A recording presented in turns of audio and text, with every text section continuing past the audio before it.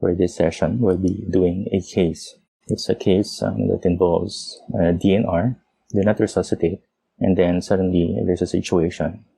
I cannot say it's a medical crisis or a emotional crisis, but it's a hospital crisis.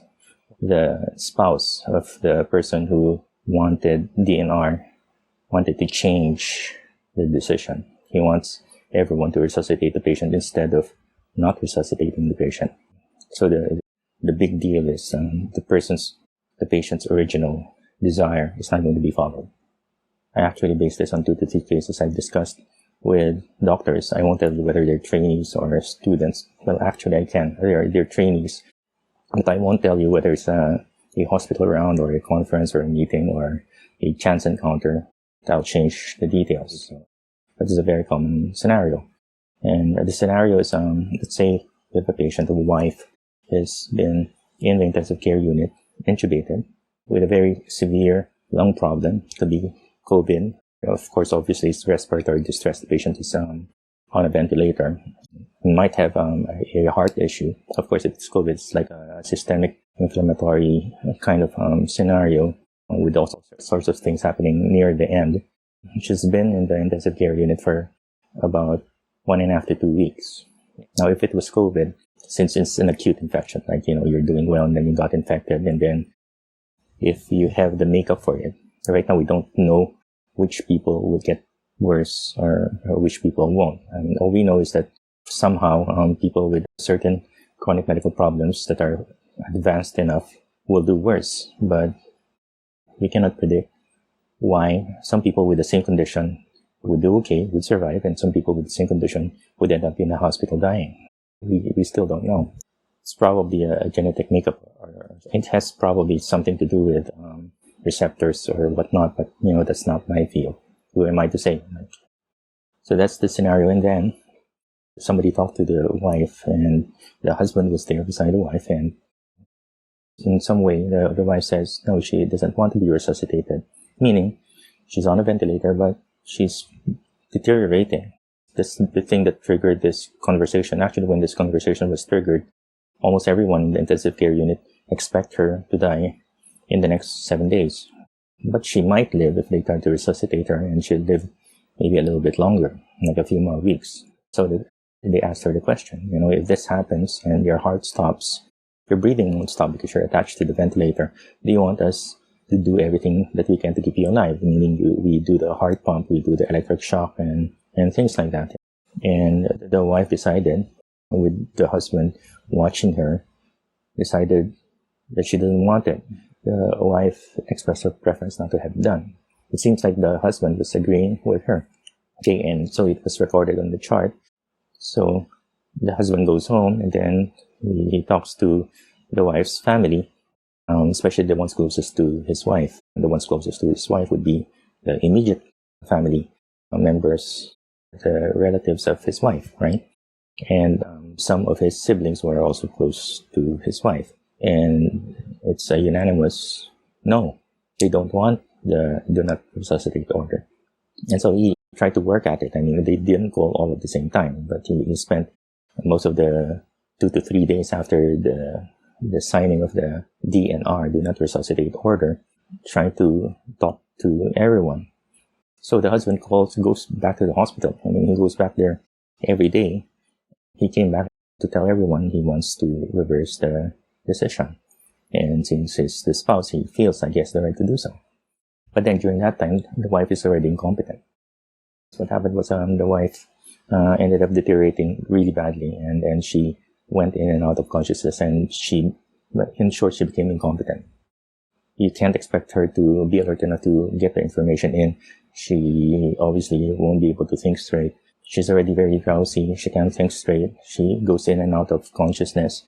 I mean, there's no way to expect her to think rationally and consider the new context. And the new context is the husband is telling everyone he wants to reverse the DNR. He's pulling it out. He wants the hospital and the doctors in the intensive care unit to do everything that they can to keep his wife alive. So where's the hospital or clinical or medical crisis? It's not even a clinical crisis. It's a doctor kind of crisis.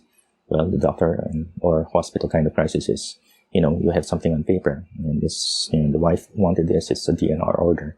And now you have the husband wanting to reverse it. Now, if you're in a country with laws in place that says this is a legal document, it was executed well, and therefore, even if she's incompetent right now, even if you're the spouse, the hospital and the doctors, and even the family members should respect her decision and should follow the DNR order. Now, even with the legal case, there can be some questions, especially if the closest relatives and the husband are saying no. Because why would they say no? Well, maybe they feel like the wife didn't decide well.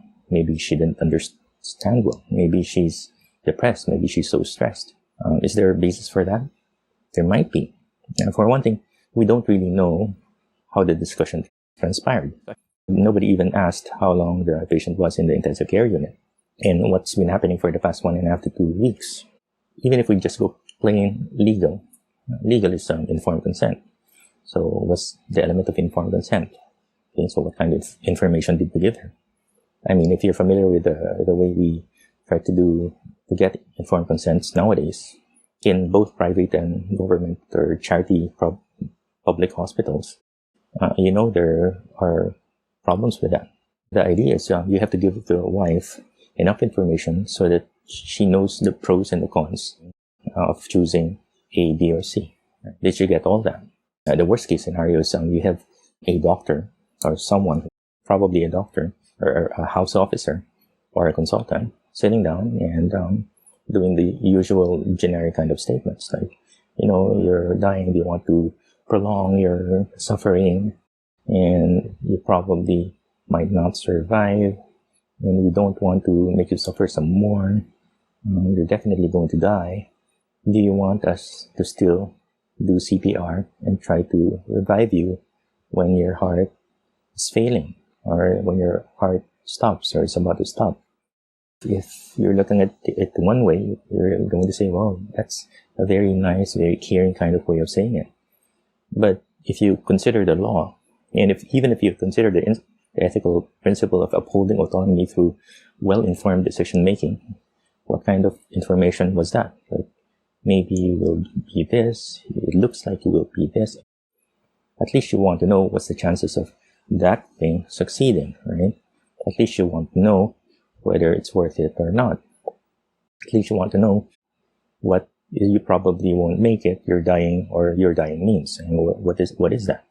Does that mean that you have a 7 out of 10 chance of dying in the next 7 days? I mean, what in the heck is that, right? So, and you'd want a delivery that's at least somewhat neutral, or at least the one saying it is making an attempt to be neutral, meaning he's not siding either way, or even if he is, he's trying his best not to make it look like he's forcing the patient to agree with the DNR. I mean, you don't want that.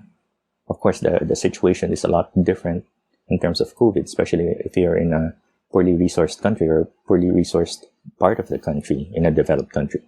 It might be that you don't even have the capacity to keep her too long in the place.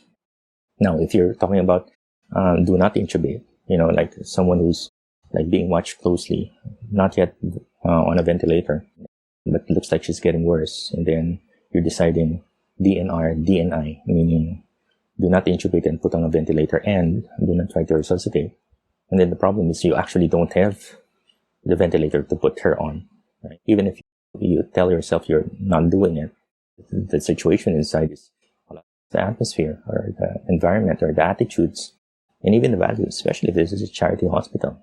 Charity patients compared to private patients who can pay, it pushes you to say it in such a way that pushes the patient to sign a DNI and do not put on a ventilator and do not intubate. And well, let's go further down that track.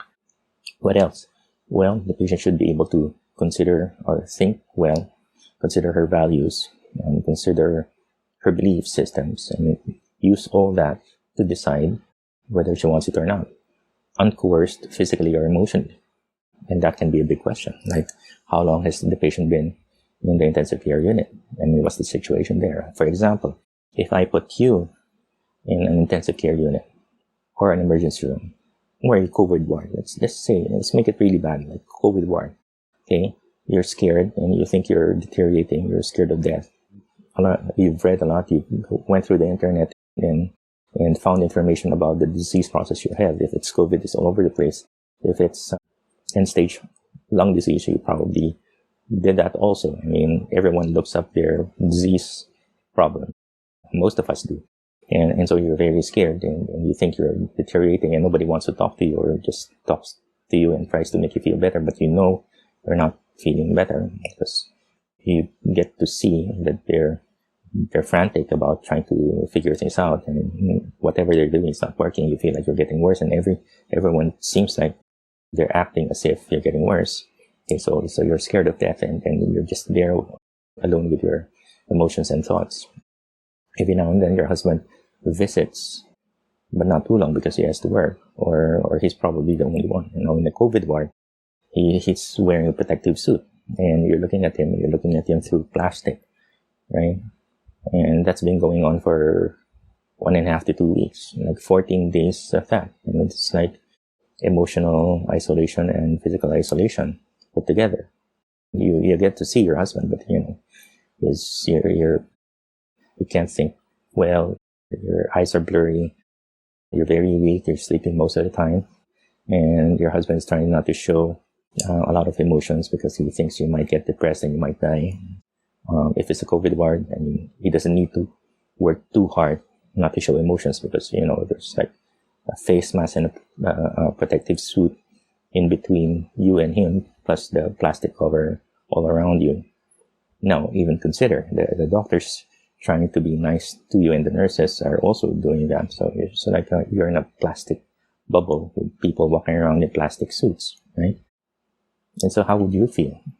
You know, it's almost the same as probably it's somewhat similar to when you put prisoners in solitary confinement, or when you put in the old days when you put psychiatric patients in one of these rooms. It's all padded up and it's all white, and you don't get to see any soul for the next 3 days. And this is 1 week, or you get to interact with the guy who puts in the food and opens this little window, and that's pretty much it.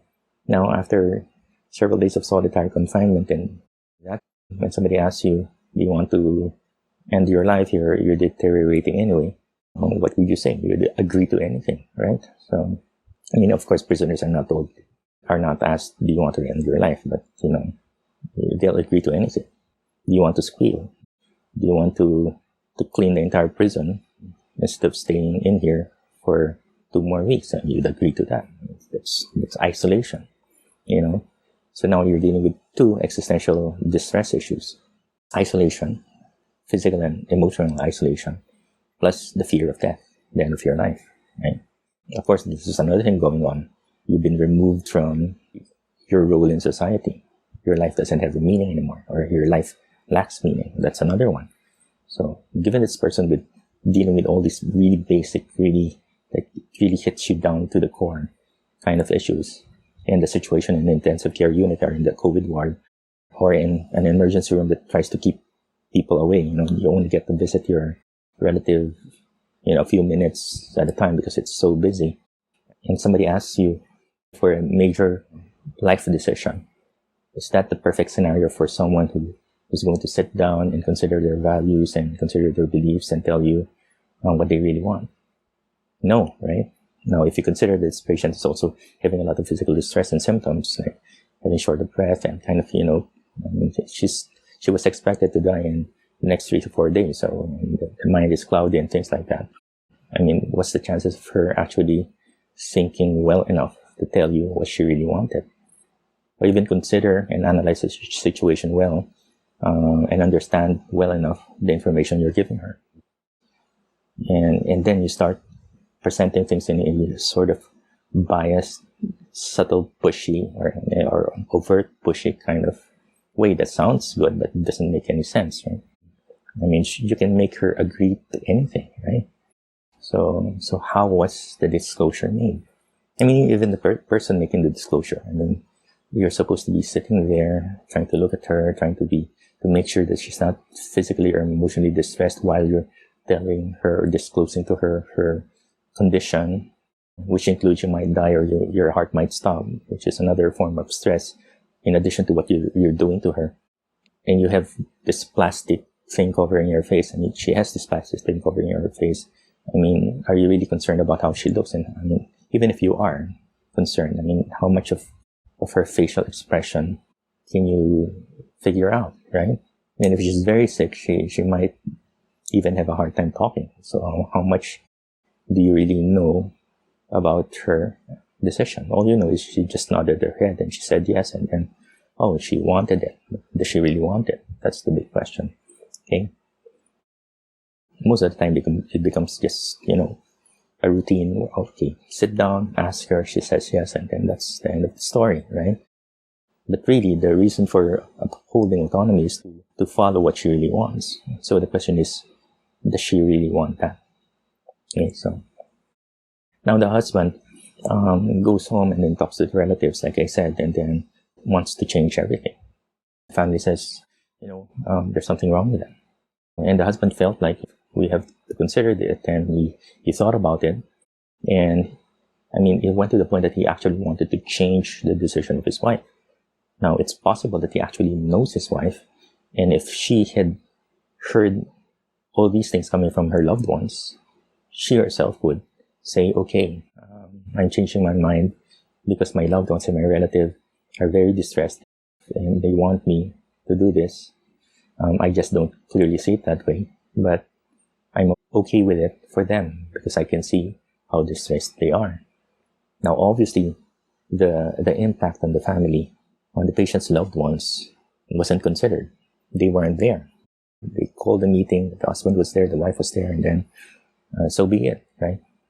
But then who are we to say that the patient doesn't value that reaction enough? Most of the time they do.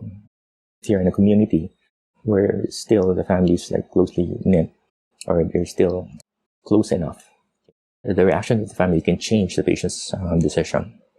And they do it for their loved ones. Why? Their loved ones represent the people who will be left after they die. When you die, what will be left of you? And the answer to that is your loved ones, their memories of you. For some people, that gives their life meaning. So the impact of your decision on your loved ones and relatives is very important. And there's a good chance you'll change your decision if you see that it really affects them so much, even if you're not too sure that that's really what you want. We cannot just assume that, oh, they're wrong. They're just, thinking about themselves and, they don't know any better. They don't know the information and things like that. But how do we know? When situations like this are brought up in medical team meetings, even the discussion is skewed. Like, oh my goodness, the husband wants to change her decision. What do we do? Well, maybe we should call the hospital lawyer. Can he do that? Of course, once you've experienced this situation a few times, you don't need to call the lawyer because the answer will be the same. If you're in a country that upholds the wife's decision, then the only way for the family and the husband to reverse that decision would be to go to court and stop you from following the thing that's on paper. And their argument would be the information sharing, the decision-making process was invalid, or the decision was invalid because of the context of the decision-making. And if you're in a COVID ward or an ICU and you have all these restrictions, like those I related, I mean, that's winnable. That's a very valid argument. That's hard to, especially if all the patient's closest relatives and family, and even her husband, are saying, she was forced into it, right? So, and what can you present? The consultant or the house officer who sat down and tried to make her decide wearing a mask or wearing a PPE with plastic in front of his face and plastic in front of the patient. I mean, that's a very difficult situation you'll find yourself in, right? So the question is why? I mean, there's another why. So why did she decide on that? We tackle that. Or why did the husband change her mind? Why did the family and the relatives react that way? I mean, those are the kind of things we stopped asking. I mean, 60 to 80 years ago, we would ask that. But that's the most obvious thing to ask, She said this. Why? Because she understands her condition and she wants no ventilator or she wants no resuscitation. And she said that. This is how she explained it. Okay, the other thing that you'd require is for the patient to explain to you why she decided on that. I mean, that's the only way you can figure out whether she thought it out well or thought it out rationally. And if you feel like there's something missing, then you can suggest it. Like, is the reaction of your family and closest relative very important to you? Maybe you should talk to them first before we finalize it. I mean, obviously, that didn't happen, right? And then, why did the relatives change their mind? They know her better. I mean, they know her better than everyone in the hospital, including the doctor who got to consent. Maybe there's something to it, right? I mean, the patient is in an unusual condition. It's not as if she's buying a car. Like, she's not sick, she's not about to die, and she's not been isolated emotionally and physically for the past 2 weeks. And she sits down and the car salesman gives her the specs of the car, and then she decides to buy. And, of course, the salesman is not really trying to tell her the truth. But assuming he is, and then she thought about it, she thought about her bank account and everything else. Even then, she probably would ask her spouse if it's a big investment, and then she signs the paper. It's easy, but this one's different. I mean, she's sick, and she's been isolated, and she's feeling a lot of symptoms, and a lot of distress is ongoing. I mean, you don't want to be her with all the things or the stuff happening in her head. It's a lot of distress, emotionally, physically, existentially. And the family probably feels like they know her well enough that, we know what she'll say if you take some of those away. Because another requirement for a good autonomy of holding decision is you're not doing it under distress. And you can think well, and you fully considered or capable of considering everything without a lot of things to mess it all up, like the isolation and the symptoms and the emotional and all those things, right? That's another requirement. So maybe they think those things are in play. Even the husband who's closest to her. I mean, we cannot assume that they all want her dead because of their own dark motives, right? Anyway, the problem is more than half the time, or maybe a lot of times, depending on the hospital or the community or the country you're in, nobody talks about this. And the reaction is, oh no, what should we do? What's the rule? And if you're in a place with no clear-cut rule, but you're in a westernized, Western modern kind of setting, or a westernized or Western wanting or a Western wannabe kind of institution, and then we have to uphold the autonomy. And then the question is why? And of course, they'll tell you, that's the dying person's wish and things like that. And then you bring up all these things, and nobody wants to think about that. Nobody even thinks about those things. The real reason is you grew up with that. You got trained in that. You got your textbook coming from US or UK, and says, there's informed consent, they signed it, and you follow it, etc., etc. It's even worse if you go there, train there, and everybody does it in a very straightforward, a very rule-based, a very legal manner. And you do it here. Except that here, whatever your country is, there's no such law. You didn't even make an attempt to figure it out. And you're already a consultant, or you're already a doctor. If you're a trainee, you're excused because the consultant should have told you the difference between what the book says. And this is not scientific evidence-based thing. It is based on the rules of the land. It is based on the prevailing ethical and moral perceptions of everyone in your country or in your community. You don't just, say, well, the Australians do that, why shouldn't we do it here? I mean, I've heard that argument, and of course, the obvious answer to that is because you're not in Australia, right? I went to this conference and I listened to this person in Germany. My conference was paid by this pharmaceutical German firm, and they said this, and, so I'm sharing you my expertise, and they do this in Germany. Why aren't we doing that here? And the answer to that is because you're not in Germany, right? What you should be doing is, if you really want that to happen, is you get all your information straight. If you think you're an expert, go to your lawmaking body, like the Congress, and convince them to pass a law so that it becomes legal, right? That's what you should be doing. You don't tell everyone that, you do this because, I heard it from some resort conference somewhere. It doesn't make sense. But I hear that all the time. It's stupid. Crazy situation.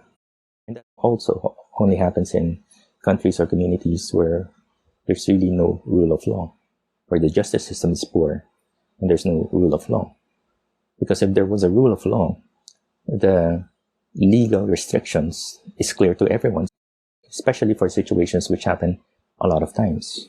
The legal restrictions should be clear to everyone, right? So that's the question, why? So, and the why is because most of the time we don't even think about it. The husband wants to change the decision.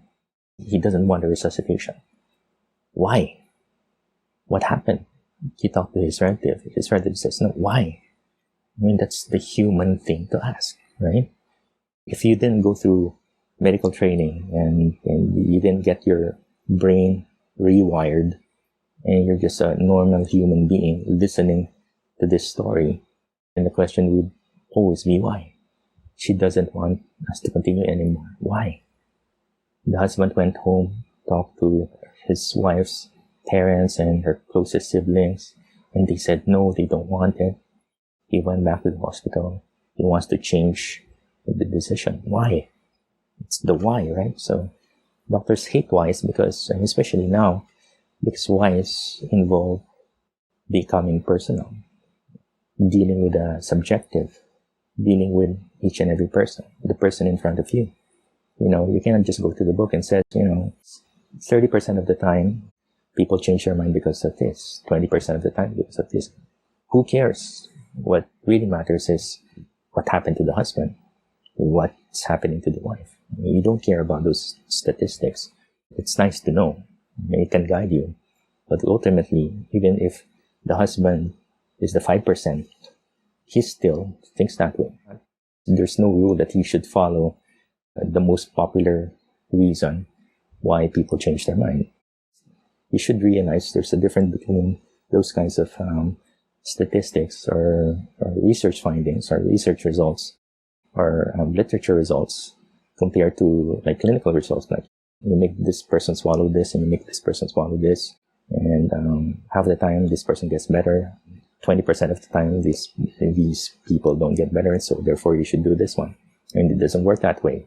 If you're dealing with issues surrounding do not resuscitate orders and how decisions are being made, again, you're dealing with people. You're not dealing with like automatons, or you're not dealing with randomized controlled samples. They're human beings with very unique ways of reacting to very similar situations and contexts.